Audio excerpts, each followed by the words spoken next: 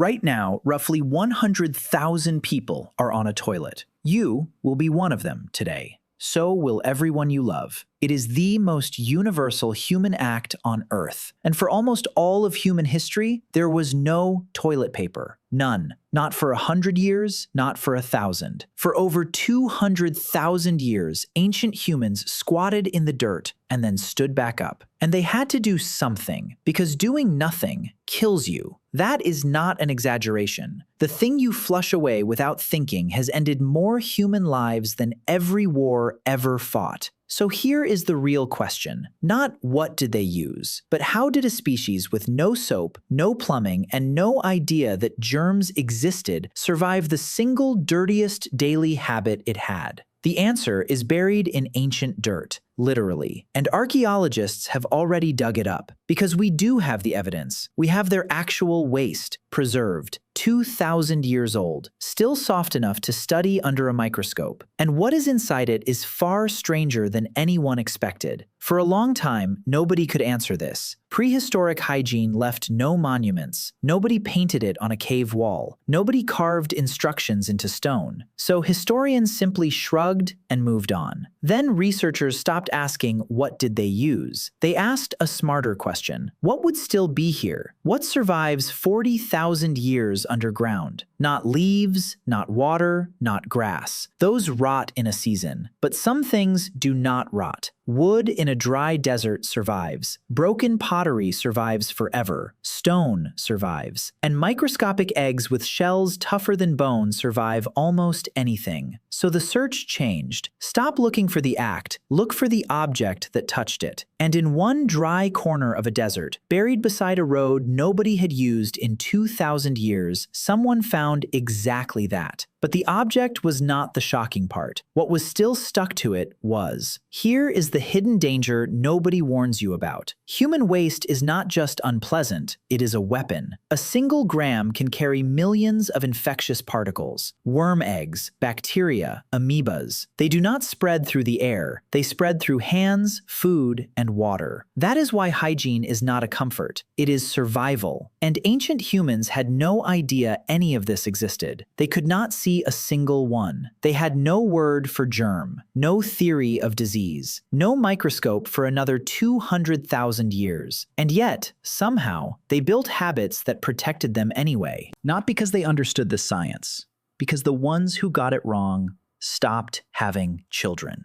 That is the brutal engine behind every clean habit you have. It was not invented. It was survived into existence. And the fossil record shows exactly when it started to fail. Think about what this actually means. Somewhere, hundreds of thousands of years ago, a person stood up, looked at a problem nobody had ever solved, and solved it. No teacher, no tradition, no instruction. They just looked around at what the world gave them, and they used it. Then they showed someone else, and that person showed a child. And that child grew old and showed another. That chain never broke, not once, not through ice ages, famines, migrations, or collapses. It ran unbroken from that first person all the way to the roll of paper sitting in your bathroom right now. You are the end of a 200,000-year relay. If that just gave you chills, subscribe. This channel exists to hand you the parts of human history that nobody taught you. And the next part of this story is genuinely stranger than the first. Because when we look at what people actually used, the list gets very specific and very uncomfortable. Start with the obvious one, water. If you lived beside a river, this was never a mystery. You waded in, problem solved. But it was smarter than it sounds. Modern hunter-gatherer groups do not do this randomly. They have rules about it. Where you drink is not where you wash. Where you wash is not where you go. That sounds basic. It is not.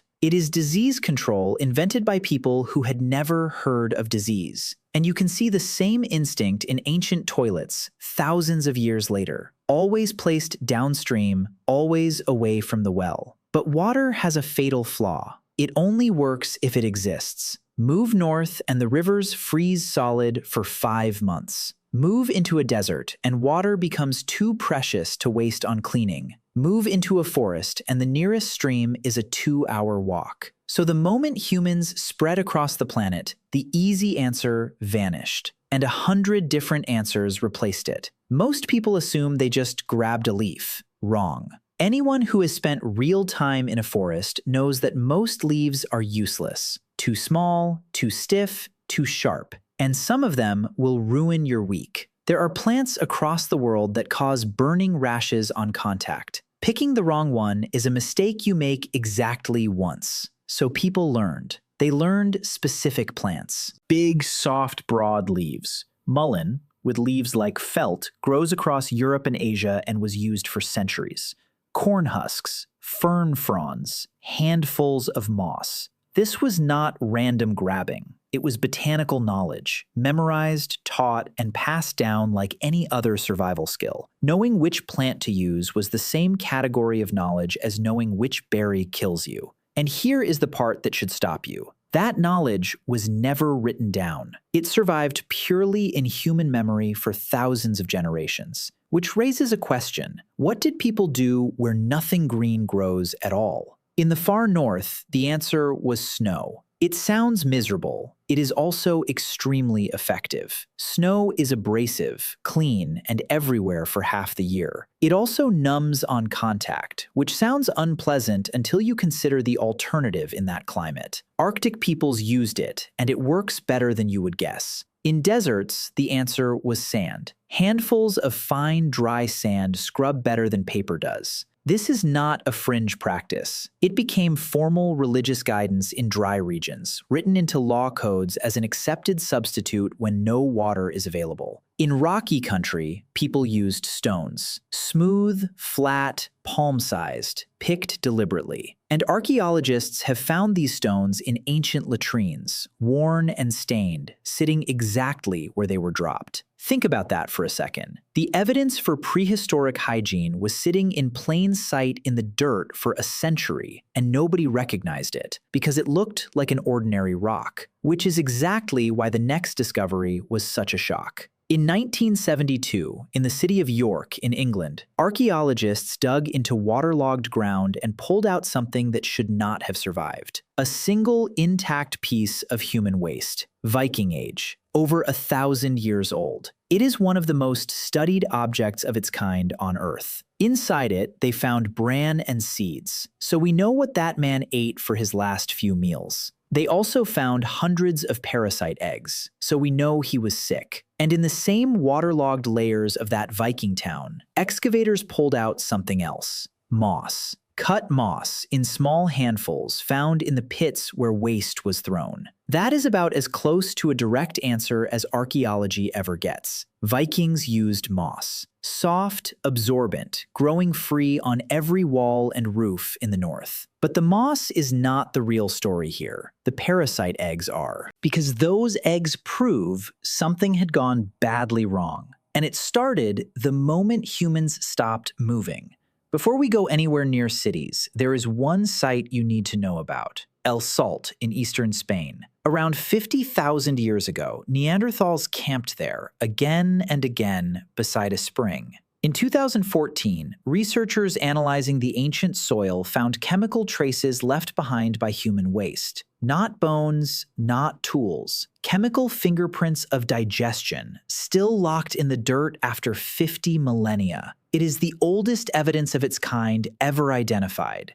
And it did two things at once. First, it settled an old argument. The chemistry showed those Neanderthals were eating plants, not just meat, which quietly demolished the caveman stereotype we had been carrying for a century. Second, and far more interesting for us, look at where it was found. The traces were clustered in specific spots, not scattered evenly through the camp. Concentrated, which means those people were not going wherever they happened to be standing. They had chosen an area, and they used it repeatedly, away from where they slept and worked. That is a designated latrine, 50,000 years ago, made by a species that was not even us. Nobody taught them that. There was no rule, no elder, no law, just a shared understanding that some things belong away from the fire. If Neanderthals had already worked that out, then the habit is older than our species. It is not a human invention. It is an inheritance. And the moment humans stopped walking away from those spots, everything changed. For most of our existence, this problem solved itself. A small band of 40 people walks away. They move camp every few weeks. The ground handles the rest. Sun, rain, insects, and soil break everything down before it can hurt anyone. Distance was the sanitation system. Then farming arrived, and humans did something they had never done before. They stayed. Suddenly, you are not 40 people passing through. You are 400 people living in the same square of ground for 50 years, then 4,000, then 40,000. And all of you are producing waste in the same place every single day forever. Nobody planned for that. Nobody could have. This is the invisible crisis at the birth of civilization. Skeletons tell the story plainly. After people settled down, they got shorter. Their teeth got worse. Their bones show more signs of childhood illness than the hunter-gatherers who came before them. Farming gave humans more food and worse health at the same time. Part of that was diet. A large part of it was living inside your own waste. So people started building. The first solution was a hole, then a hole lined with stone, then a hole with a seat over it, then a channel to carry it away. In the Indus Valley over 4,000 years ago, ordinary houses had drains running out to covered street channels. Not palaces, regular homes. In Mesopotamia, they built pipes and cesspits. In Crete, they had flushing systems fed by rainwater. In Egypt, at the workers' town built for the people who cut and hauled stone, archaeologists found carved limestone seats set over pits inside private houses.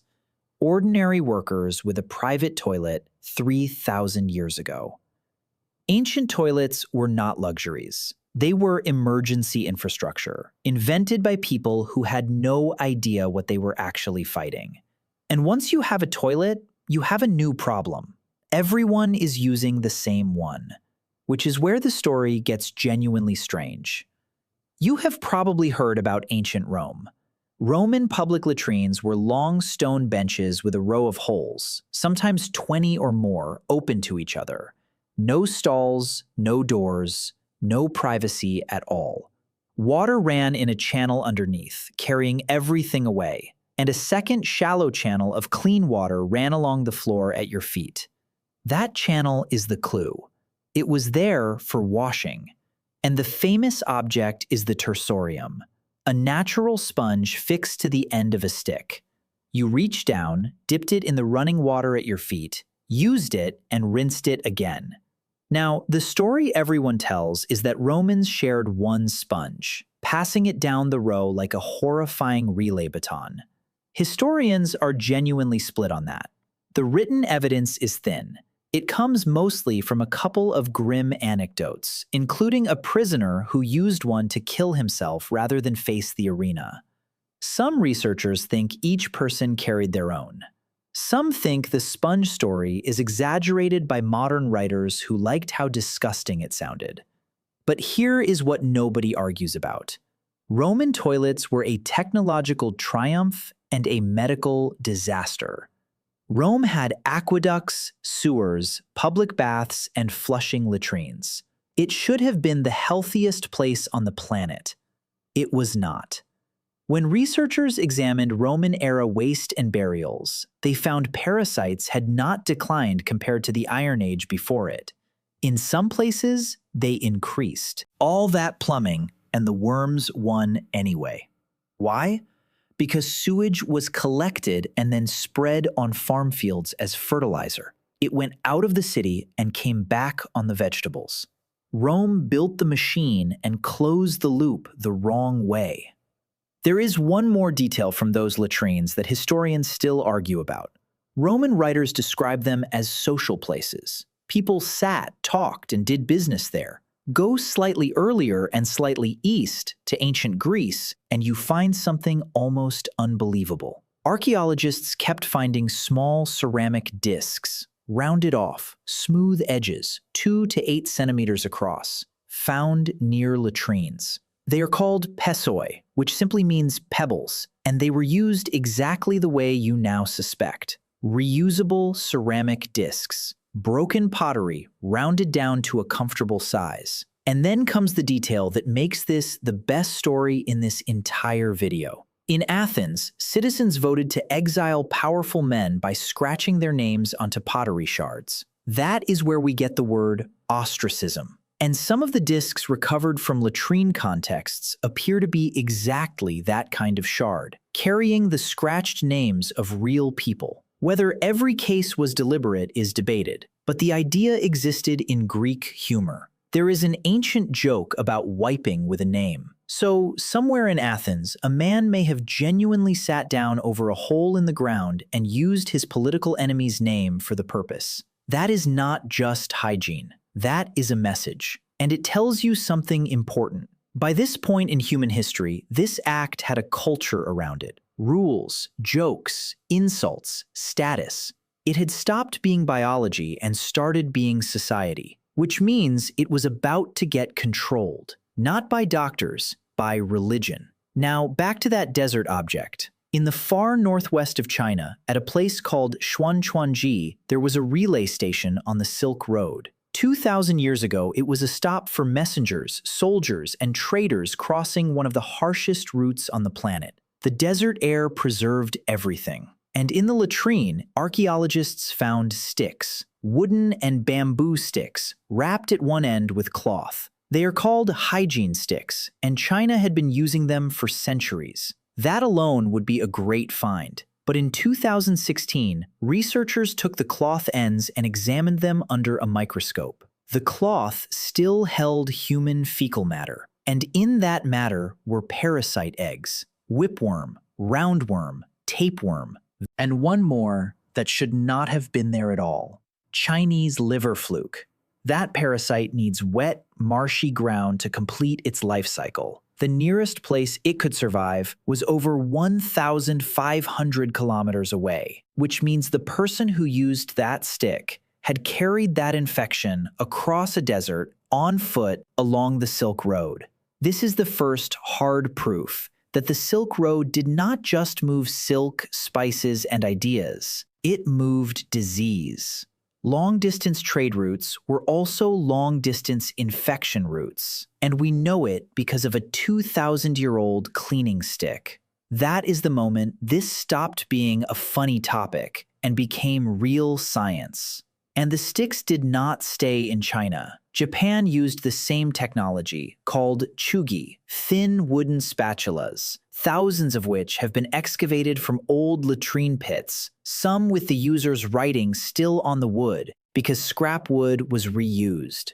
Meanwhile, across the Middle East, South Asia, and North Africa, a completely different system had already locked into place: water, poured from a small vessel using the left hand. And this was not casual practice. It was formalized. Wash with water where you can. Use an odd number of smooth stones where you cannot. Never use bone, and never use food. Those rules are over 1,000 years old, and hundreds of millions of people still follow them daily. Now think about that left-hand instruction. In much of the world, it is still considered rude to hand someone food, money, or a gift with your left hand. Most people who follow that rule have no idea where it comes from. It comes from here. One hand for eating, one hand for cleaning, and never confuse the two. That is not superstition. That is a hygiene protocol so effective it was encoded into etiquette so that people would obey it without ever needing to understand why. Every culture on Earth did some version of this. They wrapped survival rules inside manners, taboos, and religion, because those things get obeyed for 1,000 years. Written instructions get lost in one. Which brings us to the part of the world that got this most spectacularly wrong: medieval Europe. Castles had a room called a garderobe, a small stone chamber built into the outer wall, with a bench, a hole, and a long drop straight down the side of the castle into a moat or pit below. Wealthy homes had them. Monasteries had impressive ones, with running water beneath, built by monks who took cleanliness seriously. But in the growing cities, the system broke. Cesspits sat under houses. They leaked into the ground. They leaked into wells. Emptying them was a job, done at night, by men who charged high rates because nobody else would go near it. Inside the house, most people used a chamber pot. And in crowded cities, the fastest way to empty one was the window. There were laws against it, and fines, which tells you exactly how often it happened. Walking under a window at night was a genuine risk, and it is part of why wealthier men walked on the inside of the street. As for what people used, it was whatever was cheap and local. Straw, hay, wool scraps, a bundle of it, sometimes tied to a stick, rags for those who could spare cloth. Wool was valuable, so a scrap of it was washed and used again rather than thrown away. And in the English royal household, there was an official position called the Groom of the Stool, whose job involved attending the king in this exact moment. It sounds like the worst job in the kingdom. It was actually one of the most powerful. That man had private, daily, unsupervised access to the most powerful person in the country. He heard everything. Several became enormously influential. The lesson is almost funny. In a world with no privacy anywhere else, this was the one moment a king was truly alone. And whoever controlled that room controlled the king. But no amount of court politics fixed the actual problem. Cities kept growing. Waste kept going into the ground. Water kept coming out of it. And the bill for that came due in the most devastating way imaginable. Now, here is something nobody expects. For that entire history, almost nobody sat down. They squatted. Every single one of them, in every climate, on every continent. The chair version is recent, and outside the West, it is still a minority position today. And this is not just tradition. Your own anatomy is built for the squat. There is a muscle that loops around your lower bowel like a sling, and it holds it at an angle when you are standing or sitting. Squatting releases that angle. The passage straightens. It takes less effort and less time. Doctors have measured this, and the squat wins on both counts. Some clinics now hand patients a small footstool, which is a very expensive way of rediscovering a position every human used for 200,000 years. Which means the modern sitting toilet is one of the few pieces of technology that made a human function slightly harder rather than easier. We adopted it for comfort and cleanliness, not biology. There is a second thing that changed with it: privacy. Roman latrines had 20 holes in a row and no walls, and people sat there and talked. Medieval castles had shared benches. For almost all of history, this was a social, visible, ordinary act. The idea that it must happen behind a locked door, silently, in total secrecy, is extremely modern. So is the embarrassment, which is the quiet reason this subject vanished from history books entirely. We did not lose the record because it was unimportant. We lost it because at some point we became too embarrassed to write it down. And that embarrassment cost us more than you would think. In 1854, in London, people started dying fast. Cholera. It killed within hours. Healthy in the morning, dead by night. Everyone believed it spread through bad air, through smell. A doctor named John Snow did not. He mapped the deaths street by street, and the map pointed at one water pump. He had the handle removed. The outbreak died.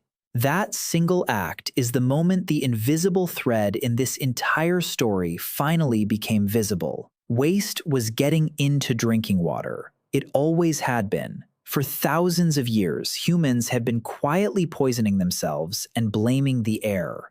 4 years later, London's river became so foul that Parliament could not sit. That summer forced the city to build a proper sewer network, hundreds of miles of it. And death rates dropped like a stone.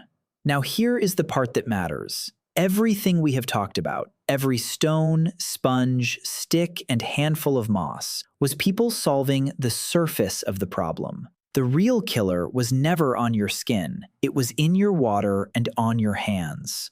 So the honest answer to what saved us is not paper. It is sewers, clean water, and soap. Those three things have saved more human lives than every medicine ever invented combined. And soap is the oldest of the three by far. A clay tablet from Mesopotamia records a recipe for it, made from fat boiled with ash, thousands of years before anyone knew why it worked. Humans had the cure in their hands for millennia. They just did not know what they were curing. And astonishingly, all three arrived in the last 2 centuries, which means for 99.9% of human history, humans were fighting this battle blind. And they still found ways to win, especially in places nobody was watching. Out in the countryside, far from any city, people had their own answers. In the Americas, one of the most widely used solutions was the dried corn cob.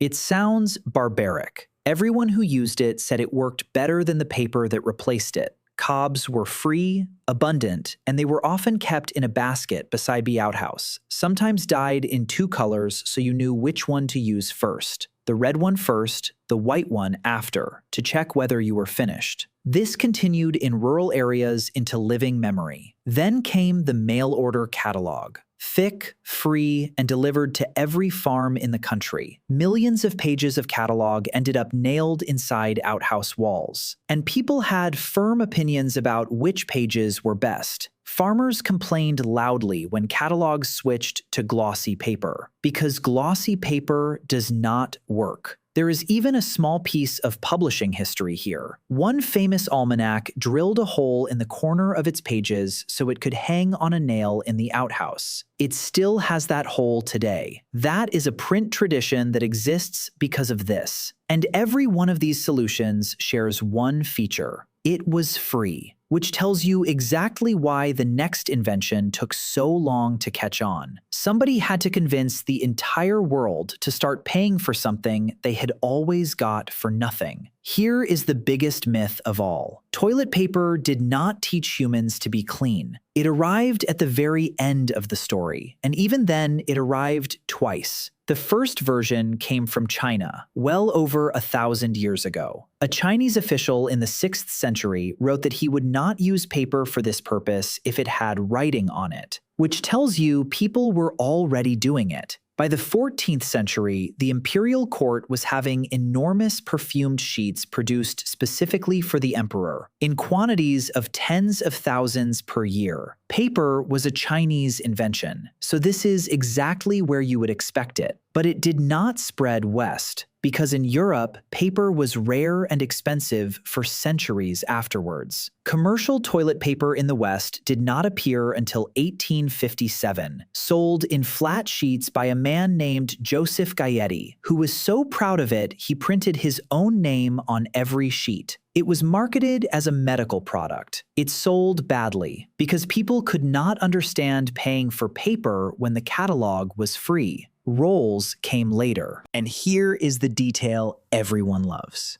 Early mass-produced rolls sometimes contained splinters left over from the pulping process. It was not until the 1930s that a company could advertise its product as splinter-free and mean it as a genuine selling point. Read that again. Splinters in the 1930s. Modern comfort is younger than your grandparents.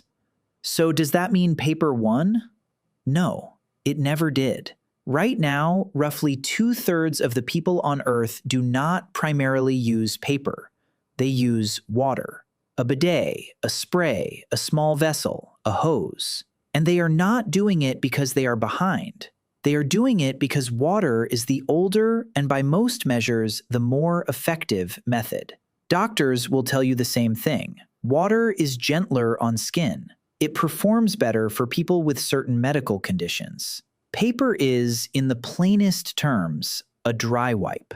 It is worth saying clearly because there is a lot of nonsense attached to this. Neither method is primitive. Both are ancient. Water is what the first humans used beside the first rivers, and it never stopped being used. Paper is what happens when a culture has cheap pulp, cold winters, and no plumbing tradition.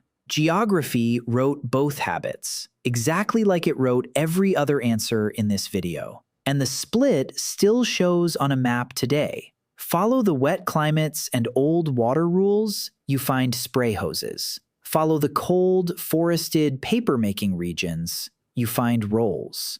10,000 years of environment, still visible in your bathroom. Which leaves one final question. If none of this was written down, how do we know any of it at all? This is where it becomes genuinely extraordinary. Preserved ancient waste is called a coprolite when it is fossilized, and paleofeces when it is dried or waterlogged. And it is now one of the most valuable materials in archaeology. It is a snapshot of one person on one day thousands of years ago. Researchers can extract pollen and tell you the season. They can find seeds, fish scales, and bone fragments and rebuild a menu. One study reconstructed an entire year of eating from a single settlement's waste pit, season by season. They can pull out parasites and diagnose a person who died 4,000 years ago. And in the last few years, they have gone further. They have sequenced ancient gut bacteria from coprolites found in dry caves, and found microbes living in ancient human guts that have gone extinct in industrialized people today. Our modern diets have quietly wiped out species that lived inside us for hundreds of thousands of years. Nobody would ever have found that in a temple or a tomb.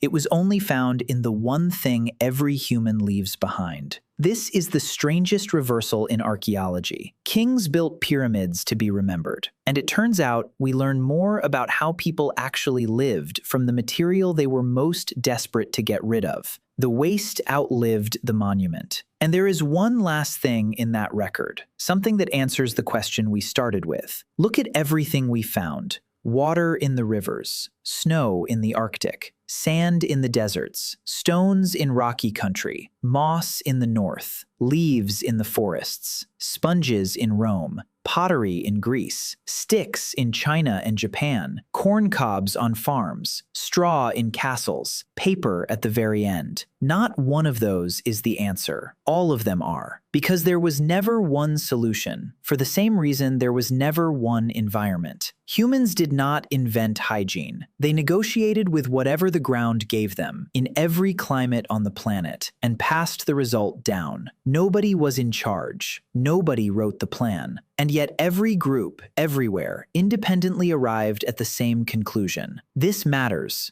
Do not ignore it. So did the first humans just walk away? Almost certainly not. Because the ones who did stopped being ancestors. Everyone alive today is descended from the ones who solved it. That is the actual inheritance. Not a tool, a refusal to accept a problem as unsolvable. And if that fascinates you, there is a far bigger version of this story. Because the same species that figured this out was also solving how to survive freezing winters with no clothing, no houses, and no fire they knew how to start. That video is on screen now. Go watch it. It will change how you see your own body.